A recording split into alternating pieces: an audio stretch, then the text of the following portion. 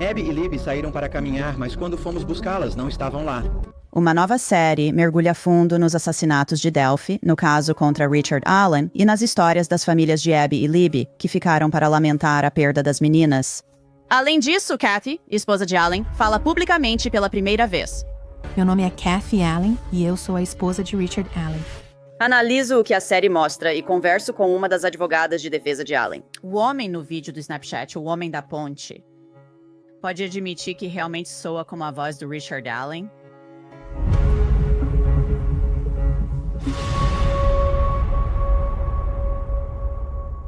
Bem-vindos à Law e Crime Network, sou Angelette Levy. 13 de fevereiro de 2017 é um dia que mudou para sempre a pequena cidade de Delphi, Indiana. A cidade de quase 3.000 habitantes perdeu sua inocência e foi lançada aos holofotes internacionais depois que duas meninas saíram para caminhar em uma trilha e nunca mais voltaram para casa.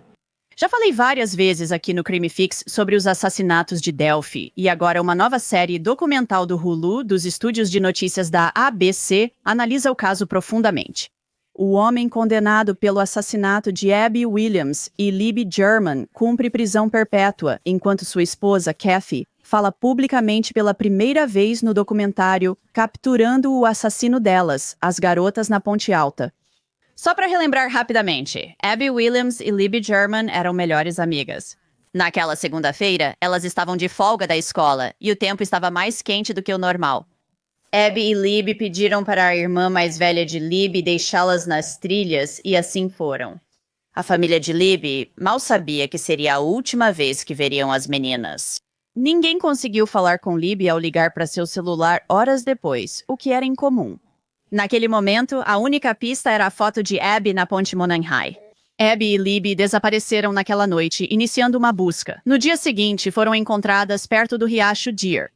As duas tiveram suas gargantas cortadas. Libby estava nua e parecia ter tentado proteger a própria garganta. Abby usava as roupas de Libby e teve a garganta cortada uma vez. Esse crime seria chocante e assustador em qualquer lugar. Em uma cidade pequena como Delphi, era praticamente inimaginável. Isso não é algo que aconteceria em um lugar como Delphi, Indiana. Mas aconteceu. Um assassino à solta e ninguém sabia quem era. Vizinho, pai, amigo. Então, uma reviravolta. Dias após os assassinatos, Libby havia gravado um homem na ponte. Pessoal, desçam a colina. Pessoal, desçam a colina. Pessoal, desçam a colina. A busca pelo cara da ponte levou anos, embora muitos achassem que seria questão de dias ou semanas, pois o vídeo era pouco nítido. Só uma parte do vídeo foi divulgada ao público em 2017 e aprimorada. Eu vou te mostrar essa versão mais longa depois.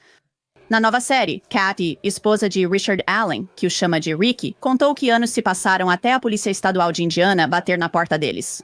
Ela o descreve como um homem de família. Ela disse que Ricky estava de folga no dia 13 de fevereiro e que ela chegou do trabalho e ele estava deitado no sofá quando passou no noticiário que Abby e Libby estavam desaparecidas. Então ela disse que Ricky contou que esteve na trilha naquele dia. Ela pediu para ele chamar a polícia e ele chamou. Kathy contou que Ricky encontrou um agente de conservação em um estacionamento e depois disso não tiveram mais notícias. Kathy disse que eles não andaram mais na trilha. Ela disse que anos se passaram e então policiais bateram na porta deles para falar com Ricky. Kathy Shen, voluntária, achou o nome de Richard Allen em um relatório arquivado errado e marcado para acompanhamento. Em outubro de 2022, a Polícia Estadual de Indiana procurou Richard Allen. Posso te dizer que se aquela foto fosse... Quero dizer, você pode. Diga que qualquer pessoa poderia fazer isso dependendo do que veste. Se essa foto foi tirada de um dos celulares das garotas, aí está o problema. Eu nunca as conheci. Aqui está o problema com isso. Sabe por que você pode colocar muitas pessoas e dizer que elas estão usando jeans azul e um casaco azul, mas sabe qual é a diferença? Não, você disse que estava lá. Bem claro, eu disse. Tínhamos pessoas que te viram. Rick falou que você estava só na ponte. Não foram muitas pessoas que me viram. Tenho certeza de que não encontrei tantas. Acho que me seguiram. Kathy Allen disse que o marido dela sabia que tinha algo errado enquanto estava sendo interrogado. Essa entrevista foi em 13 de outubro de 2022. 13 dias depois, Richard Allen buscou o carro e o interrogatório seguiu. Ok. Então, nós pegamos sua arma, sua 40 SIG e mandamos para o laboratório para comparar com um item que encontramos no dia 14 de fevereiro, quando encontramos as garotas. Ok. E esse item era uma munição Winchester calibre 40. Encontramos isso na cena. As marcas de extração nessa munição correspondem à sua arma. Perfeito. Então, Isso é. Ok. só me escuta, eu só estou tentando. Então essa é a rodada. Ok. Essas são as marcas de extração. Essa foto é a melhor delas. São 3. Nem sei como minha bala teria ido parar lá fora se for mesmo a minha. Sem dúvida, isso é muito científico. Agora vou te mostrar uma foto do projétil onde ele foi encontrado. Aquele é o projétil. Não estava lá há muito tempo. Esse é o pé da Liberty. E está a menos de 15 centímetros do corpo de uma das garotas mortas. Não tem como. Não tem? Tô te falando, não tem. Como aquela bala chegou lá, Rick? Não sei como a bala foi parar lá.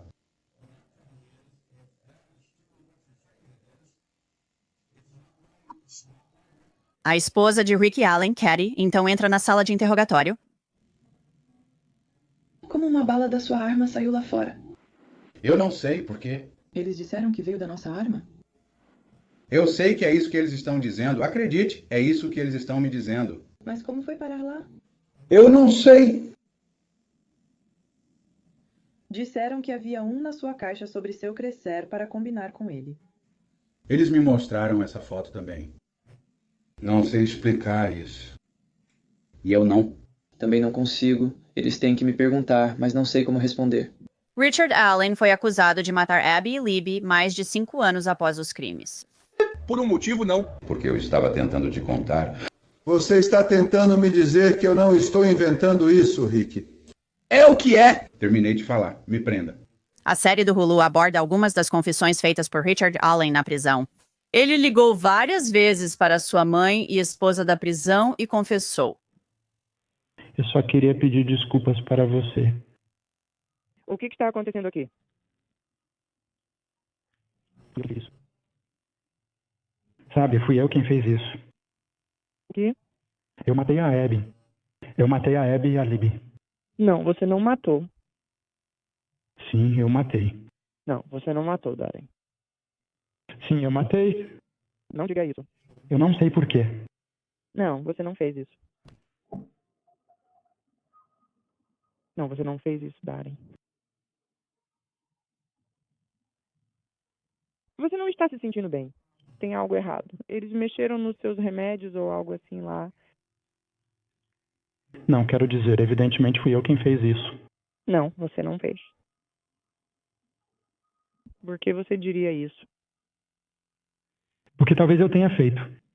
Não, você não fez, querida. Acho que eu fiz. Não, você não fez. Eles estão te sacaneando lá. E eu estou tentando descobrir o que está acontecendo. Tem algo errado. Eles estão mexendo com... Eles estão mexendo com a sua cabeça. E não foi um caso isolado. Rick Allen afirmou ter feito isso várias vezes. Os advogados alegariam que era devido às condições antes do julgamento, numa prisão de segurança máxima e sob medicação, e não numa cadeia do condado. Fui eu que fiz isso.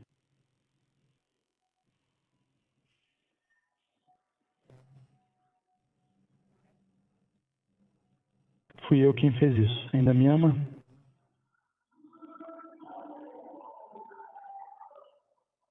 Sim, querida. Mas você não fez isso. O julgamento de Allen ocorreu no outono de 2021 com júri de outro condado. Os jurados viram o vídeo completo do Homem da Ponte, gravado por Libby German. Veja!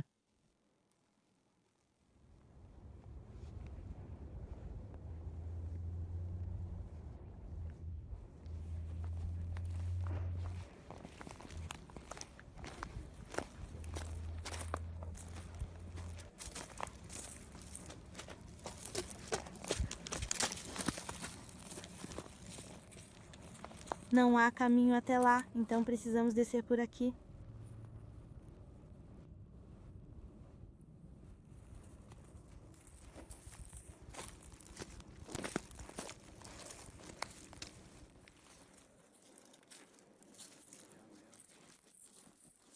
O vídeo é perturbador. Mostra Abby e Libby em seus momentos finais, e você ouve uma delas dizer no final, não tem caminho, e um homem dizendo, meninas, desçam a colina. No final, o júri acreditou que Richard Allen era esse homem. A nova série do Hulu traz entrevistas com familiares e amigos de Abby e Libby, cujas vidas foram devastadas pela perda das meninas. Na série, Kathy Allen afirma querer justiça para as meninas e declara que seu marido é inocente. Eu quero justiça de verdade para Abby e Libby, mas isso não deve acontecer às custas de uma pessoa inocente. Sabemos que o homem da ponte levou as meninas e que provaram ser Richard Allen. Quero chamar Andy Baldwin, um dos advogados de defesa de Richard Allen, no julgamento. Ele o defendeu no julgamento em que Richard Allen foi condenado pelo assassinato de Abby e Libby. Muito obrigada, Andy, por estar aqui comigo. Eu realmente agradeço. Primeiramente, quero saber sua opinião sobre essa nova série documental que estreou recentemente no Hulu. Sim, fomos procurados após o julgamento por várias pessoas, sabe? De diferentes formatos para participar de algum tipo de documentário ou algo assim. E o que nos atraiu no Hulu foi realmente a ligação com a ABC News. Porque o que não queríamos, nós queríamos credibilidade com esse projeto. E eu acho que a ABC News trouxe essa credibilidade, porque para quem não conhece o mundo de Delphi, ele é muito divisivo. Existem dois grupos distintos. Há o grupo pró-Richard Allen, que o considera culpado, e o grupo anti-Richard Allen, que não acha. Ambos os grupos são muito apaixonados. Existe um meio termo, acho, onde as pessoas talvez estavam acompanhando o caso da Karen Read, assistindo aquilo. E agora elas estão procurando algo novo para investir seu tempo e energia. E essas são as pessoas que eu acho que gostariam do Hulu, diferente do que seria se a gente tivesse feito, sei lá, uma defesa completa, um ponto de vista totalmente parcial. Aí isso poderia afastar esse grupo do meio, porque eles poderiam pensar, bom, não sei o quanto disso eu posso acreditar. Então a gente queria uma abordagem equilibrada, uma abordagem jornalística nesse primeiro, documentário em série. Por isso, concordamos em participar. Achei que fizeram um ótimo trabalho, apesar de muita coisa ter ficado de fora por falta de tempo. Eu não entendo como esse lado do negócio funciona. Então, fizemos bem mais entrevistas e horas de gravação. E tinha muitos detalhes envolvidos. E seria difícil colocar toda essa minúcia lá fora, porque é um caso Esse caso é cheio de fatos que, um fato se conecta ao outro. E você precisa saber o primeiro fato antes de entender o segundo. E é muito complicado. Mas eu estou muito satisfeito. E eu encorajo as pessoas a assistirem, porque quando você assiste, você pode meio que mergulhar nas águas de Delfos e começar a entender, especialmente no segundo e terceiro episódios, por que houve uma injustiça aqui. Pelo menos essa é a nossa perspectiva da defesa. Mas você está falando como esse caso tem sido extremamente divisivo. Para mim é meio insano como isso tem sido divisivo. Isso ocorre às vezes nesses casos grandes que realmente prendem a atenção das pessoas. E isso divide as pessoas em grupos quase tribais, onde de um lado dizem, não, o cara fez isso, ou a mulher fez isso. Então, o outro lado afirma, não, essa pessoa é inocente ou está sendo acusada injustamente. Na sua experiência como advogada de defesa criminal, por que você acha que isso acontece? Quero dizer, você mencionou o caso da Karen Read. Vimos isso acontecer nesse caso. Vimos isso acontecer no caso de Delphi. O que você pensa sobre isso? Sim, é uma boa pergunta. Acho que tem muito a ver com as redes sociais. Eu faço isso há mais de 30 anos.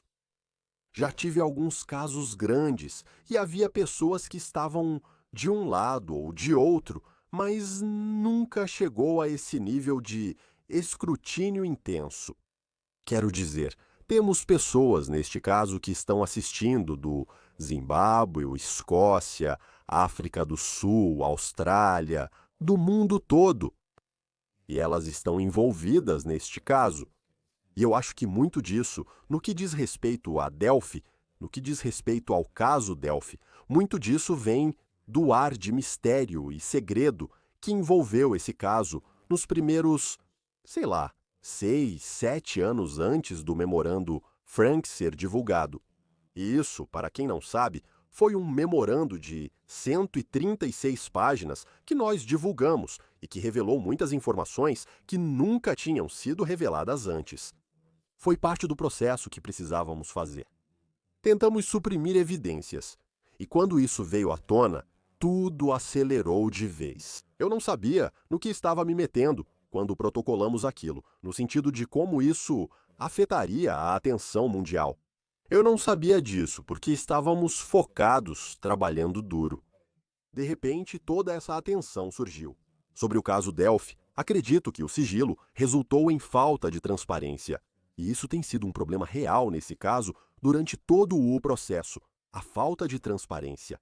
E isso só alimenta, você sabe, teorias da conspiração e coisas que, você sabe, as pessoas por aí, elas só querem, nós, o povo, queremos transparência.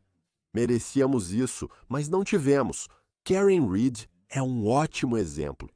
Eu realmente não tive tempo de acompanhar esse caso, mas quanto mais eu ouço sobre ele, mais eu penso, uau, esse caso, Delphi, é muito, muito parecido com o caso da Karen Read em muitos aspectos diferentes. Sim, quero dizer, acho que há semelhanças. Mas Karen Read, quero dizer, aquilo foi tipo outro nível por vários motivos, mas não vamos entrar nisso agora. Podemos conversar sobre isso em particular. Mas mas aquilo foi como um caso Karen Read turbinado. Mas vamos voltar ao seu memorando de Frank. Para os nossos telespectadores que talvez não estejam familiarizados com o que isso significa, sabe? Uma moção, Frank, é basicamente quando você diz, olha, queremos que essa prova seja descartada porque achamos que os policiais mentiram. E foi aí que você meio que apareceu e falou sobre a teoria odinista, onde pode ter havido algum tipo de ritual acontecendo nesses assassinatos, que alguns odinistas podem ter assassinado Abby e Libby. Foi aí que isso realmente ganhou força? E eu acho que, especialmente nas redes sociais, toda vez que você menciona algo assim, com uma teoria da conspiração ou uma possível teoria da conspiração ligada a isso, simplesmente se espalha como fogo. Realmente acontece. Eu encorajaria qualquer pessoa que esteja muito interessada nesse caso, ou até mesmo moderadamente interessada, a procurar na internet. Acho que você pode encontrar o memorando do Frank apenas pesquisando no Google por memorando do Frank, Delphi ou algo assim. São 136 páginas, mas não parece um documento jurídico. Realmente, e ele expõe todos os motivos pelos quais sentimos que a polícia foi enganosa ao solicitar um mandado de busca para a casa do Richard Allen. Só para dar um exemplo, só um breve exemplo, uma das pessoas que eles usam no contexto do depoimento de causa provável para entrar na casa de um cidadão. Quero dizer, vamos falar sobre o que isso significa. A polícia apresentou um documento, jurou sob juramento que era verdadeiro e preciso, e o promotor Nick McClelland assinou aprovando o documento. Eles enviaram ao juiz, que leu e disse: a causa provável suficiente para entrar na casa de um cidadão. Isso é o governo entrando na casa de alguém, um padrão que deve ser realmente alto. E esse documento ele precisa ser muito, muito honesto. Precisa ser, sabe, mostrar a verdade. E o que nós mostramos e demonstramos em relação ao odinismo é que havia toda uma outra investigação acontecendo sobre suspeitos muito, muito viáveis. E isso deveria ter sido incluído. Ei, juiz, aqui está o motivo pelo qual queremos entrar na casa dele. Mas, para ser justo, precisamos te informar que há todas essas outras pessoas por aí. Advogados debatem se isso deve ser incluído, mas esse não foi o único ponto. Quer dizer, o que realmente me incomodou foi uma das testemunhas, o nome dela é Betsy Blair, e a Betsy viu um cara na trilha ou na ponte que eles estão dizendo que ela viu Richard Allen antes dele seguir as meninas e sequestrá-las. O que eles não contaram ao juiz, ou Tony Liggett, que era o xerife na época, o que Tony Liggett não escreveu no depoimento de causa provável e o que Nick McClelland, o promotor, aprovou no depoimento de causa provável foi deixar de fora esse detalhe muito importante. O que a pessoa que viu Richard Allen descreveu foi um garoto de 20 anos, basicamente, com cabelo castanho e volumoso. E isso não descreve Richard Allen nem um pouco. Outros pontos citados nesse documento, mas que não eram verdadeiros, envolvem 3 ou 4 garotas na trilha que, segundo a polícia e depoimento de causa provável, Liggett afirma terem visto Richard Allen. E o que o depoimento de causa provável não diz é que Richard Allen tem 1,65 m e essas garotas estavam descrevendo alguém que tinha 1,80 m, não era baixo de jeito nenhum. Ele é tão baixo que ao vê-lo você pensa, caramba, olha aquele cara baixinho. E nenhuma pessoa que não esteja naquele depoimento de causa provável disse que o cara era baixo. Betsy Blair também verificou Richard Allen. Segundo a polícia, o carro dele estava estacionado em certo local e após matar as garotas, ele entrou em um... Essa é a teoria deles. É ridículo, mas dizem que ele subiu a colina e desceu pela movimentada 300 North.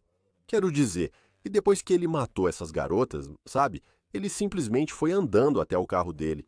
Então, o carro ficou no estacionamento, segundo a polícia, das 1h30 até as 4 da tarde. Bem, Betsy Blair passou por aquele estacionamento quando aquele carro estava lá.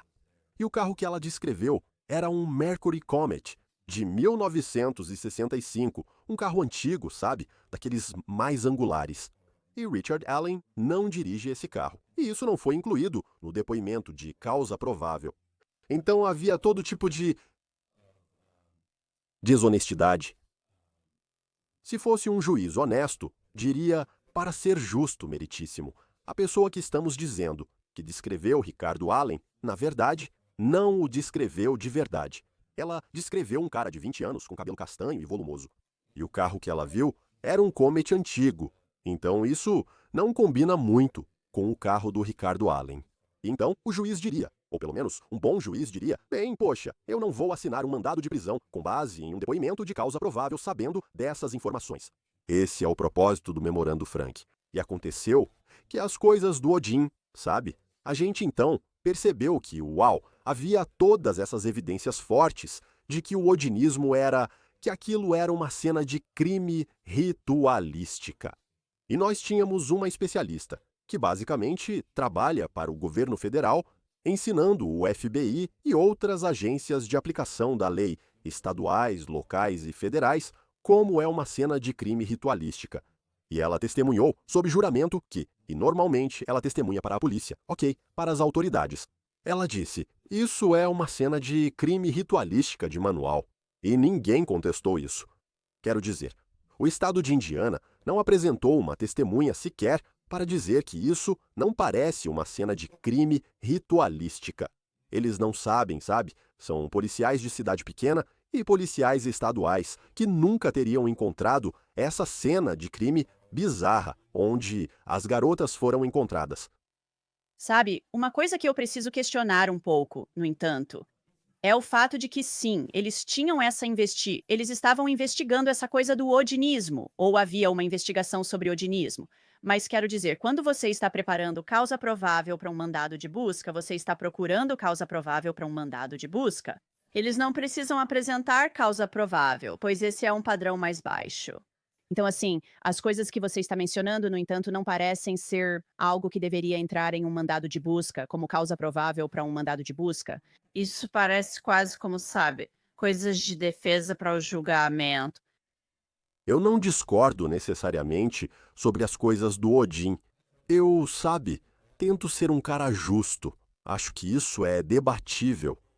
E talvez eu até possa concordar com você nisso. Mas e quanto àquela outra omissão, que a pessoa que Betsy Blair descreveu, ela está na declaração de causa provável e eles estão usando ela como um pilar, como se fosse uma senhora que viu Richard Allen e ela descreveu alguém que não parecia em nada com Richard Allen. O carro que ela descreveu não parecia com o do Richard Allen. Nesse ponto, discordo de você. E eu, sabe, presumo que você vai concordar que eu deveria ter incluído. Sim, esse é um ponto justo. É um ponto justo. Ponto justo. Obrigado por questionar. Adoro a mídia, ela questiona. Vamos ser justos. Acho que esse lance de odinismo não deveria estar aí. Enfim, a gente pode seguir em frente com isso. Vamos voltar. Eu quero falar com você sobre Kathy Allen, que meio que quebrou o silêncio dela nessa série documental, porque eu achei ela muito envolvente no final do primeiro episódio. Só ouvimos falar dela nessas ligações da prisão. E, sabe, ela está falando sobre esse homem que ela amou e conheceu por décadas. Ela passou a vida dela com ele. E o que ela está descrevendo não é algum cara que sai por uma trilha com um estilete, encurrala duas garotas, as leva morro abaixo e corta suas gargantas. No entanto, temos ele em ligações da prisão, mais de uma ligação dizendo: amor, fui eu que fiz isso. Então, é realmente difícil de conciliar. Eu entendo, sabe, o seu argumento de que ele estava sendo mantido em condições horríveis. Sabe, o Estado diria, bem, era para a própria proteção dele, coisas desse tipo. Ele estava em tratamento com remédios. Acho que a mãe dele dizia, estão fazendo algo com sua comida. Eles estão fazendo alguma coisa com seus remédios. Sabe, temos todas essas ligações da cadeia. Ele não disse isso só uma vez, ele disse muitas vezes. Então, como você explica isso?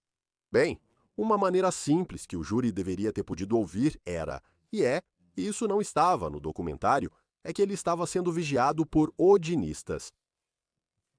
O que acha disso?